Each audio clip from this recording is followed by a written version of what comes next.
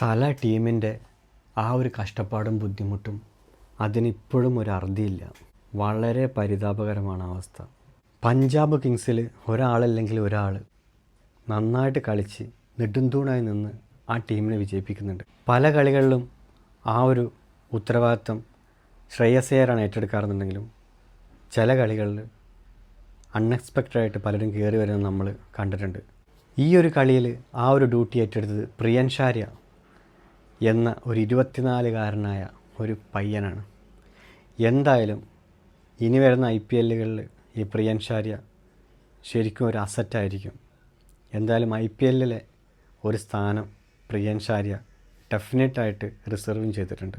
അതുപോലെ ശശാങ്ക് സിംഗും മാർക്കോ ജോൺസണും നന്നായിട്ട് സപ്പോർട്ടും ചെയ്ത് അങ്ങനെയാണ് ഇത്രയും വലിയൊരു ടോട്ടൽ എത്താൻ വേണ്ടിയിട്ട് പഞ്ചാബ് കിങ്സിന് സാധിച്ചത്. തിരിച്ച് ചെന്നൈ സൂപ്പർ കിങ്സിലേക്ക് വരികയാണെന്നുണ്ടെങ്കിൽ കോൺവേ നന്നായിട്ട് ഹാർഡ് വർക്ക് ചെയ്തു. അതുപോലെ തന്നെ ശിവൻ ദുബെയും നന്നായിട്ട് ശ്രമിച്ചു. രച്ചിൻ രവീന്ദ്രയും മോശമല്ലാത്ത ഒരു കോൺട്രിബ്യൂഷൻ കൊടുത്തു. പക്ഷേ ഇതൊന്നും പോരായിരുന്നു. കാരണം ഇത്ര ഒരു വലിയ ടോട്ടൽ ഫോളോ ചെയ്യുമ്പോൾ ഒരു നെടുന്തൂൺ അവിടെ വേണം. എല്ലാവരും ആഗ്രഹിക്കുന്ന ആ ഒരു നെടുന്തൂണിന് ഇപ്പോൾ നന്നായിട്ട് ബലക്ഷയം സംഭവിച്ചിരിക്കുകയാണ്. തല എന്ന നെടുന്തൂൺ.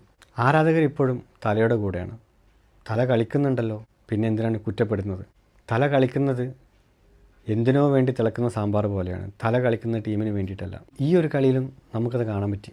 ടീം തോൽക്കുമെന്ന് ഉറപ്പാകുമ്പോൾ വീശി അടിക്കുന്ന തല, അതാണ് നമ്മൾ ഈ ടീമിലും കണ്ടത്. ശരിക്കും അങ്ങനെയല്ല. ഈ 3 പേരെ ഞാൻ പറഞ്ഞാൽ ഈ 3 പേരിലേക്കാളും ഏറ്റവും മേലെയായിട്ട് വരേണ്ട പേരും ഏറ്റവും സ്ട്രോങ് ആയിട്ട് ഈ ടീമിൻ്റെ ഒരു പില്ലറായിട്ട് നിൽക്കേണ്ട ആളാണ് MS ധോണി.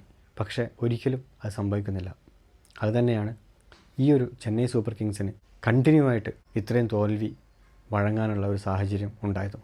എന്തായാലും 2025 IPL ഇപ്പോൾ ഈ ലാസ്റ്റ് ഈ 3 മാച്ച് നോക്കുമ്പോൾ പോലും എല്ലാം 200 കടന്നിട്ടുണ്ട്. ആ 200 കടന്നത് കൂളായിട്ട് എതിർ ടീം ചേസും ചെയ്യുന്നുണ്ട്. ശരിക്കും 200 കടക്കുന്ന കളികളൊക്കെ കാണാൻ വേണ്ടി ഭയങ്കര രസമാണ്. കാരണം അത് നമുക്ക് ഉറപ്പാണ് അവസാന ഓവറിലെ ഒരു ക്ലൈമാക്സ് അതിലുണ്ടാവും എന്നുള്ളത്. എന്തായാലും കഴിഞ്ഞ ഈ 3 കളികളും വളരെ ത്രില്ലിംഗ് അടിപ്പിച്ച ലാസ്റ്റ് ഓവറിലേക്ക് അതിൻ്റെ ആ ഒരു രസം നീട്ടിക്കൊണ്ടുപോയ കളികളായിരുന്നു. ഇനിയുള്ള കളികളും ഇതുപോലെ അടിച്ച് കളിച്ച് 200-ന് മേലെ റൺസ് എടുത്ത് അത് ചേസ് ചെയ്ത് മുന്നോട്ട് പോകുന്ന കളികളാവട്ടെ എന്ന് ഞാൻ പ്രത്യാശിക്കുകയാണ്.